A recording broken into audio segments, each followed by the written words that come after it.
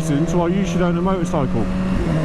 Number 5, the cost of maintaining the motorcycle, I would say, is marginally cheaper than your standard car.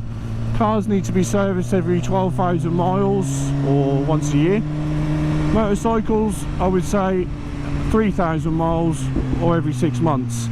Now obviously the cost of the actual components for a motorcycle are cheaper, so your oils, your filters, your brakes, your tyres, they're all cheaper when compared to a car, but they do need to be replaced more regularly. The reason being is that motorcycles are a bit more highly strung, they're high revving engines, and also the engine oil on a bike generally is going to be lubricating the gearbox and clutch, so it's important that you replace these to keep good operation of your transmission. So as I said, the initial costs for these oils, filters, all your lubes are cheaper, but they do need to be serviced more frequently. And the same goes for your chain and sprockets. On a motorcycle, the drive chain is very, very important. It does need to be regularly adjusted, regularly cleaned, regularly lubricated, and I'll do some videos on how to do that. And obviously the oils and filters, just, you know, keep on top of them changes. So as much as they do need to be replaced regularly, I would say it's probably going to be a bit more cheaper overall to maintain a motorcycle than what it would be a car. Number four is a controversial subject. The reason being is, I think one of the best reasons to own a motorcycle is because you don't get stuck in traffic so much. Now obviously I'm going down back roads today, there's not going to be much traffic, but when you do go certain places, and they are notorious for the queues and lots of traffic where in a car you'd never be able to get through it. So on a bike you can obviously zip through it, you can filter, and filtering is legal up until 50 miles per hour. So obviously for those car drivers out there who want to stick their fingers up at bikers when we're flying down the middle to get to the front of the queue, we are within the confines of the law. So please, you know, don't move over, don't try and, you know, squeeze us out when we are trying to make our way through standing traffic. So that is basically my controversial number 4 reason why you should own a motorcycle. Some people know the law, some people don't, but as I said, you can overtake quickly on a bike as well as filtering. One of the benefits of being on a motorbike is quite small, it's nippy, and you can zip in and out of traffic very, very swiftly. So I would highly recommend that you invest in a motorcycle because of that reason.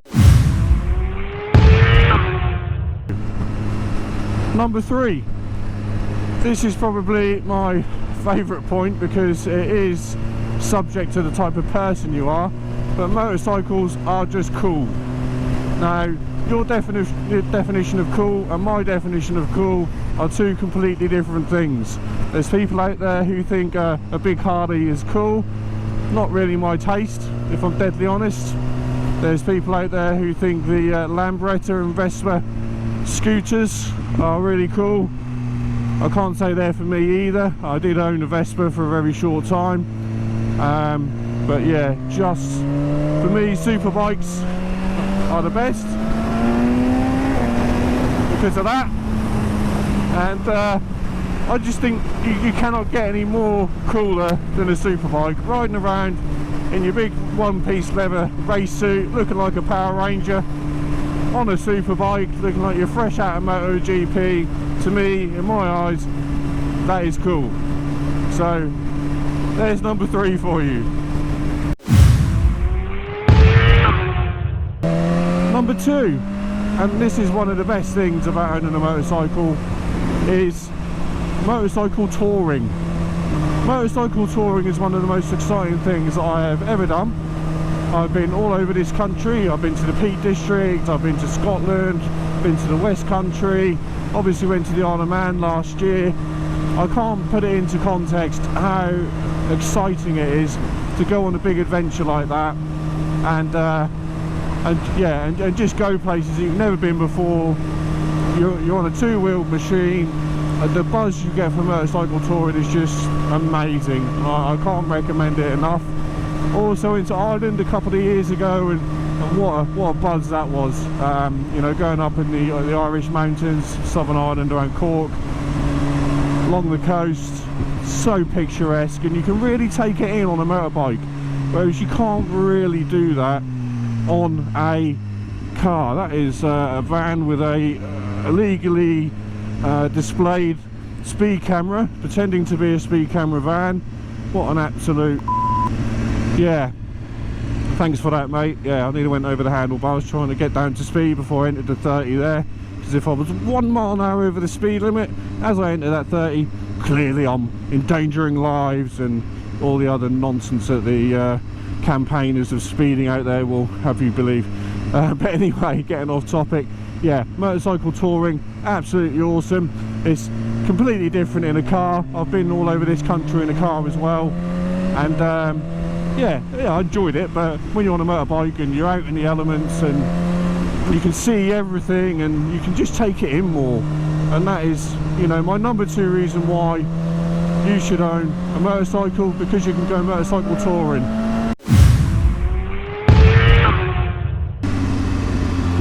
So, the number 1 reason why you should own a motorcycle. Obviously this is really only applicable to those people who do like a bit of speed. Obviously I do. There's lots of guys around my age, around the 35 middle age bracket, who are going to enjoy a bit of speed, and basically getting on a motorbike, something like this, and just giving it some of that. Yeah, absolutely, I can feel my whole body tingling. I can feel myself getting a little bit excited. Yeah, obviously not that sort of excited, clearly, but yeah, you cannot really gauge the performance of a motorcycle until you get on one and just have a look. And to be honest with you, it's a buzz. Even these guys here on push bikes, giving it large with their feet, they're probably having a whale of a time being on 2 wheels. And it's, you know, as much as the acceleration, and bikes are generally quick because of how light they are, going through the corners with a little bit of speed as well. You know, today I'm not breaking the speed limit. I'm having a bit of fun, you know, a bit of spirited riding, as I like to call it. But the important thing is I'm not exceeding the speed limits that are designated by the UK government, no matter how ridiculous they are. Obviously them speed limits were set back in the 60s and 70s, when there's no such thing as ABS and traction control, and lots of other you know, innovations in safety for bikes and cars. Oh, look at all this mud. Oh, I'd love to hit that. Yeah, UK government really keeping our roads in good condition. But anyway, getting off topic again, yeah, performance, you just can't beat it. Again, I'm short shifting, not exceeding the speed limit. Some may ask why my speedometer is always pixelated. Basically I have a certain configuration of front and rear sprockets. This is where the chain connects to, for those who don't know what a front and rear sprocket is. And basically that does knock out my speedometer a little bit, so I don't want any do-gooders or local authorities coming on to me and going, oh, you're a few miles an hour over the speed limit. Oh my god, that mud. Oh yeah, oh, I'm loving it. That's the other negative reason of owning a motorcycle. Can be quite dangerous if you hit something like that at a decent speed and you're banking the bike over like this. So but I'll do another video on reasons why you shouldn't own a motorcycle. So hope you enjoyed that, hope you found it of benefit. You've been listening to Len Redlines, and I'll see you on the next one.